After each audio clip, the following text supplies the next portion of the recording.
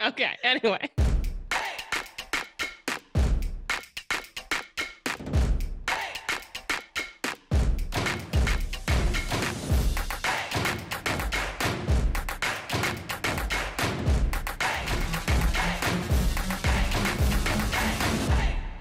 Welcome back, nerds. It's time for another episode of HAMYAW, and today we want to get into something that Margot and I get asked about a lot, which is, where is the line between having fun with your personal brand while still creating value and just going too far? It's such a delicate balance between wanting to show your personality as a personal brand, but also not wanting to necessarily drive people away who are otherwise perfect clients for you. And this is something we talk about a lot and something I'm so excited to dig into today. So Margot, when it comes to your experience, where is that fun line? Yes, it's a good question. And I think we have to redefine what it means to be authentic, because in our space, a lot of people talk about like, be real, be authentic, be yourself. No, like that is a very scary thing. Like, proceed lightly. It depends. That's not always the best route. What you want to be is be a professional. And I think often we mistaken being a snarky teenager with like, I'm just being real. No, you're being a dick. And so finding that line doesn't have to be as hard as we make it. So for example, if you are hired to give a speech and you're not in the mood, do you show up and be like, I'm not in the mood, it's not being real? No, you get up and you give the speech, right? So let's think about this and what it looks like in our brands, what it means to be a professional. One of the ways I like to look at it is, where is that intersection between who you are and where your market is? So I get asked a lot. One of my students, actually, that Hillary helped when she was in my writing workshop, we were talking about, would we show our clients HAMYAW? And I kind of laughed. I was like, well, yeah, if you don't like HAMYAW, you're not gonna want to work with me. And then I paused and I thought about this. When I had much bigger corporate clients and I was working in that traditional agency world and in the corporate world, I probably wouldn't have been as irreverent. In fact, not even probably, I wasn't. I had a really hard time with that because I did feel like I wasn't being myself and it wasn't showing up in the work. But this has to do with the type of work that you're doing. So I was doing strategy work on really, really, really big clients that were very conservative in the way that they operated. And so they needed an appropriate LinkedIn. They needed that like filler language that doesn't really mean anything. Like they needed that stuff, and that to them were credibility indicators. Now, it turned out for me, that wasn't the best place to spend my time. And I much preferred working with smaller solopreneurs and lifestyle brands and like mid-sized businesses. But to that end, where is that line? So I wanted to show an example of a woman who does a really, really good job of this, of balancing the line between who am I and how do I self-express, and then how am I professionally? I'm so excited. I haven't even seen this yet. So okay, so this is a website called the Boozy Bungalow. And I loved it. Someone forwarded me an article from this woman's site and I clicked on the about page. You know, she's kind of like that cool, I drink wine mom, you know, and like, it's funny and a little irreverent, but also like, hey, I'm a mom. And she does a really, really nice job of this. And I noticed that she had a link to her business. And I thought, oh God, because she calls herself a sometimes part-time marketing semi-professional and full-time potty mouth, right?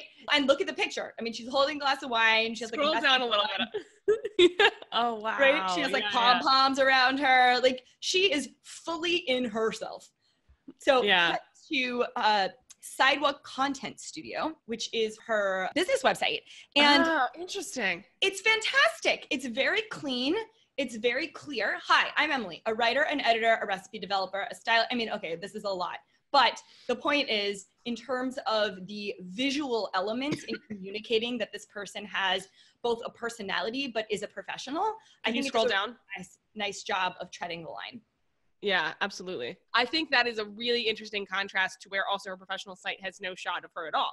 Yeah. And I think also what she does a really good job of is doing the boozy mom without necessarily feeling trite, because every single time you're like, I'm not a regular mom, I'm a cool mom. But with what I was able to see is that she seems to kind of tread that line between being kind of fun and carefree, but also having the website dedicated to her creativity and her recipes and the kind of fun stuff that she does. It is a personal blog. And that kind of blog is a lost and dying art on the internet. They were so huge, but once upon a time.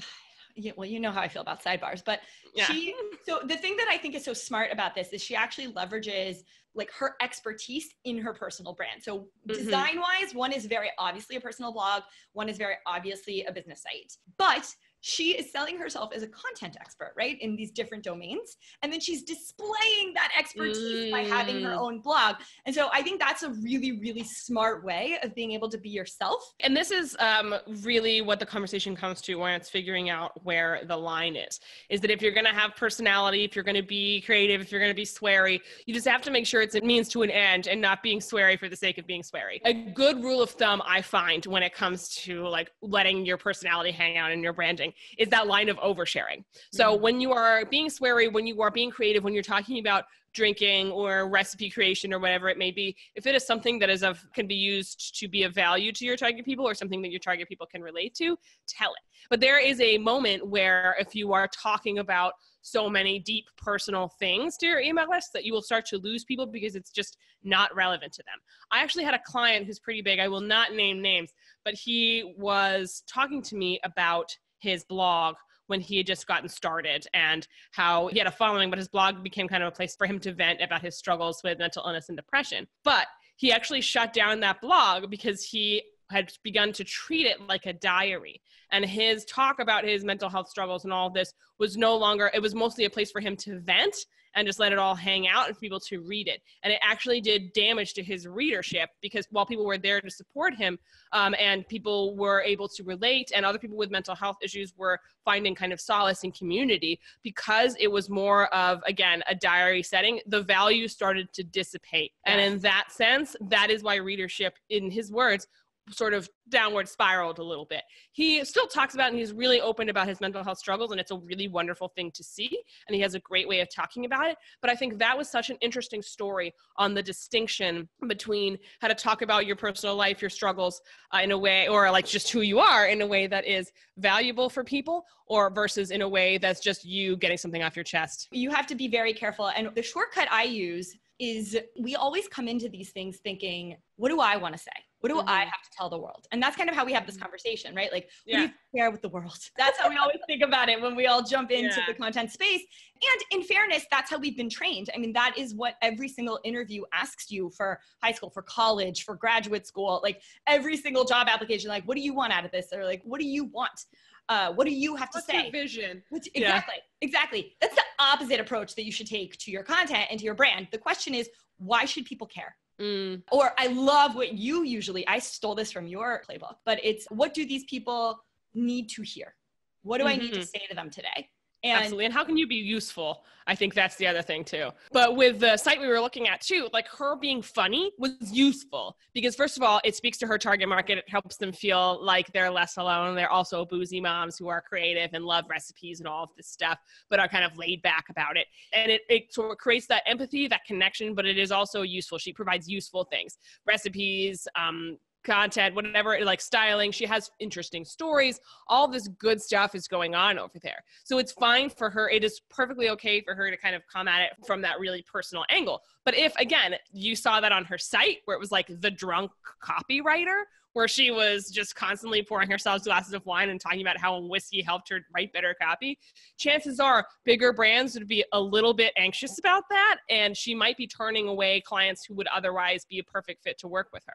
Again, I think there are one or two boozy copywriters out there, so if you're watching and it's working for you, keep going.